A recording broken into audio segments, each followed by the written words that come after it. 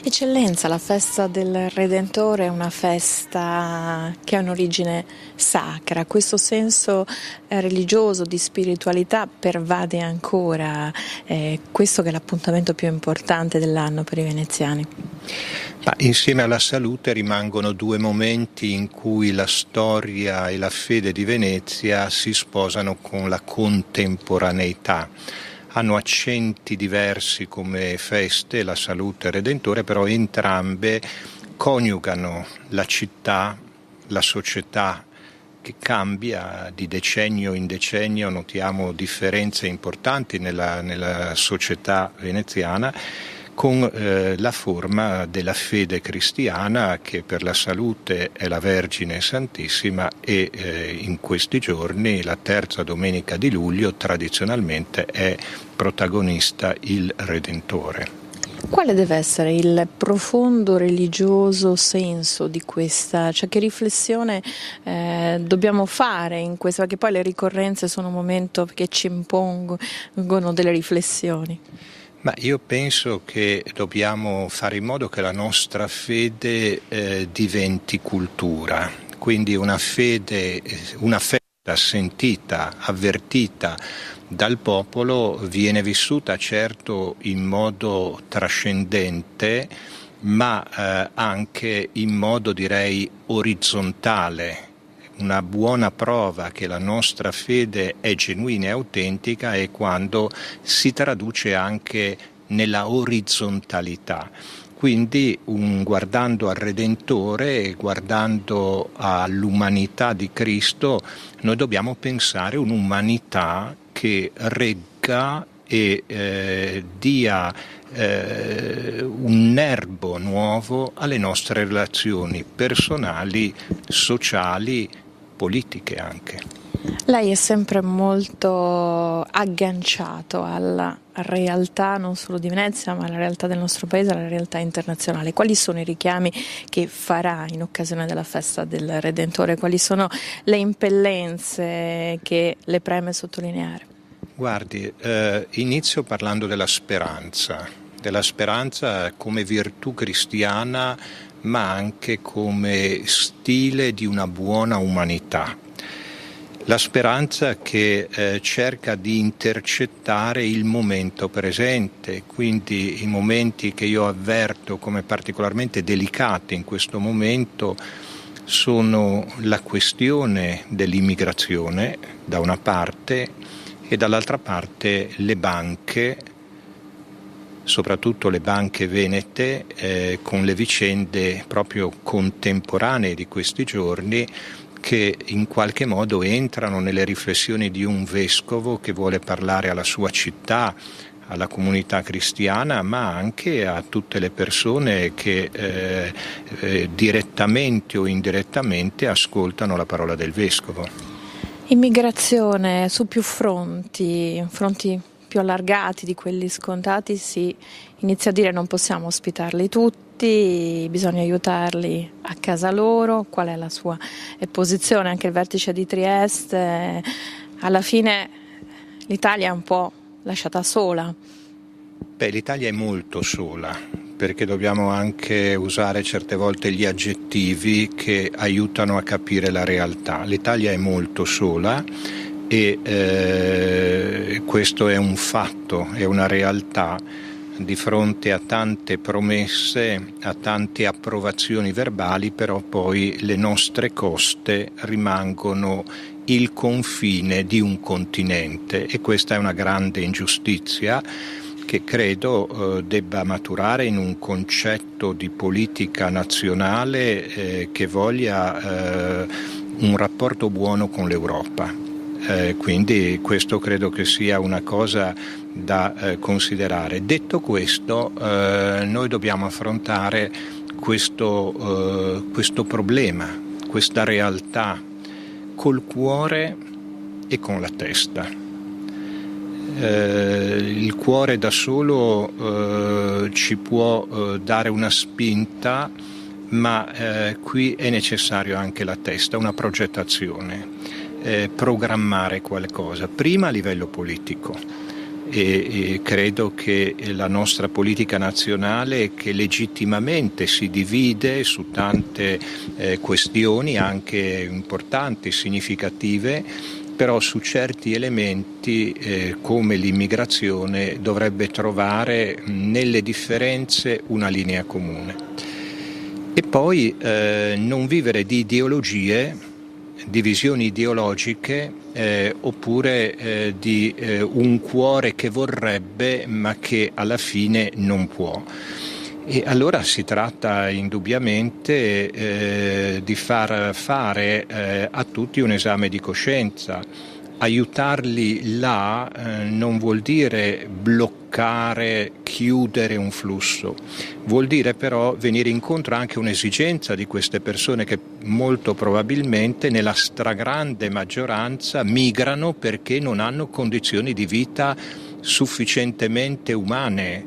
Quindi quando io ero viceparroco col mio gruppo giovanile facevo la raccolta, allora costava 120.000 lire, un pozzo che aveva questo costo e quindi era alla portata anche di un gruppo giovanile che si tassava durante l'anno, permetteva di vivere a un intero villaggio. Ora, se un gruppo parrocchiale ragiona così, uno Stato o l'Europa o l'ONU non potrebbero ragionare per creare delle condizioni serie di vivibilità. Oltretutto, vede, questo è brutto dirlo, ma sarebbe anche un calcolo, direi, economico, perché se li aiutiamo bene là, evitiamo di trovare una situazione che qui diventerà ingestibile. Quindi non si tratta anche qui di avere una visione ideologica pro o contro, si è razzisti oppure si è apolidi cittadini del mondo. Si tratta di affrontare una questione con un realismo politico che io credo nasca anche dalla formazione, dalla pedagogia, dalla informazione. E quindi se questo può essere un piccolo contributo, penso che rifletterci insieme sarebbe importante. Per le banche venete il decreto salva banche, lei come vede questa vicenda? Quasi una sorta di ingordigia collettiva che ha travolto tutti e adesso i più deboli forse ne pagano le conseguenze più salate. Mi torna sempre più alla mente un testo di Manzoni dove Don Abbondio dice che presto capì che lui era vaso di coccio costretto a vivere con tanti vasi di ferro. Io penso ai vasi di coccio che si sono trovati a vivere, a viaggiare con tanti vasi di ferro, al di fuori dell'immagine. Abbiamo il problema degli azionisti, abbiamo il problema degli obbligazionisti, abbiamo il problema occupazionale. Non abbiamo una ricetta unica che riesca a venire incontro a queste triplice problematica. Io però vorrei veramente, anche avendo condiviso alcuni momenti con i risparmiatori, parlo dei piccoli risparmiatori, non di chi rischiava sapendo di rischiare, ma di chi fiducioso nel bancario, nel direttore di banca del suo paese, si consigliava e consegnava una fetta della sua vita per il futuro suo, della sua vecchiaia, i figli. Io spero che veramente non siano questi a pagare, anche perché purtroppo ormai sappiamo per esperienza che fin tanto che i media tengono la luce accesa su certe tematiche, allora tutti sono disposti, almeno a parola, a fare un passo indietro e a fare chiarezza.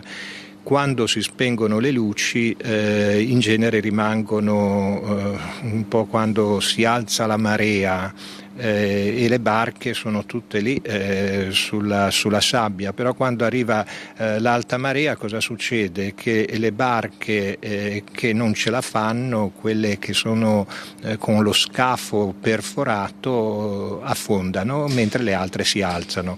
Ecco, anche qui non vorrei, fuori di metafora, che succedesse qualcosa del genere. Lei si è speso molto negli anni della lotta occupazionale per la chimica a Porto Marghera, una realtà che indubbiamente è tramontata, anche se proprio in questi giorni c'è il simbolo di questa torre che deve essere demolita e non si riesce a demolire.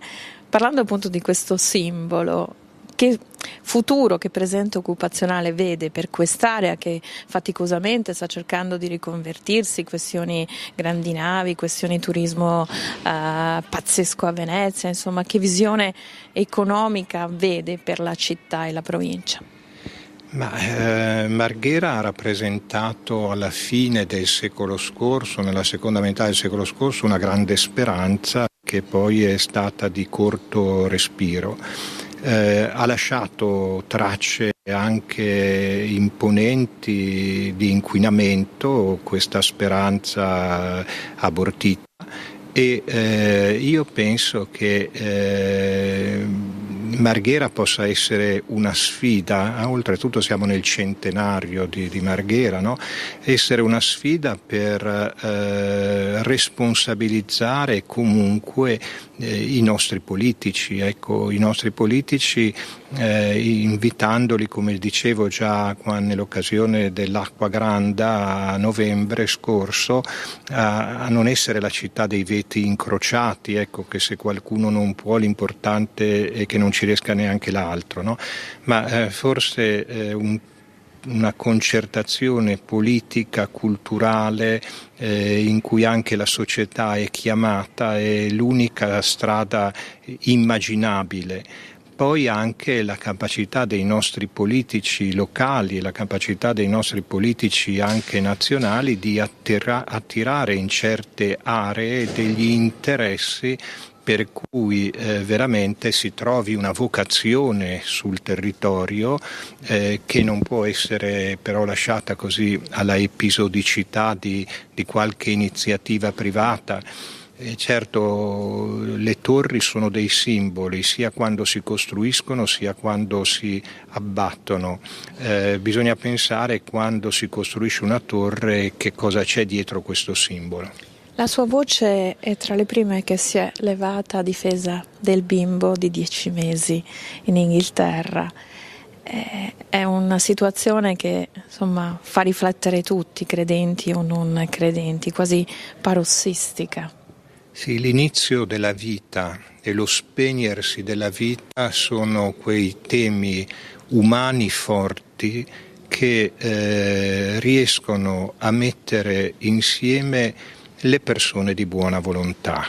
Quindi, al di là del fatto che ci sia il credente o il non credente, poi ci può essere chi non crede ancora e chi ha smesso di credere, ecco, però al di là di queste differenze credo che i temi propriamente umani, specificamente umani, siano delle grandi opportunità per crescere.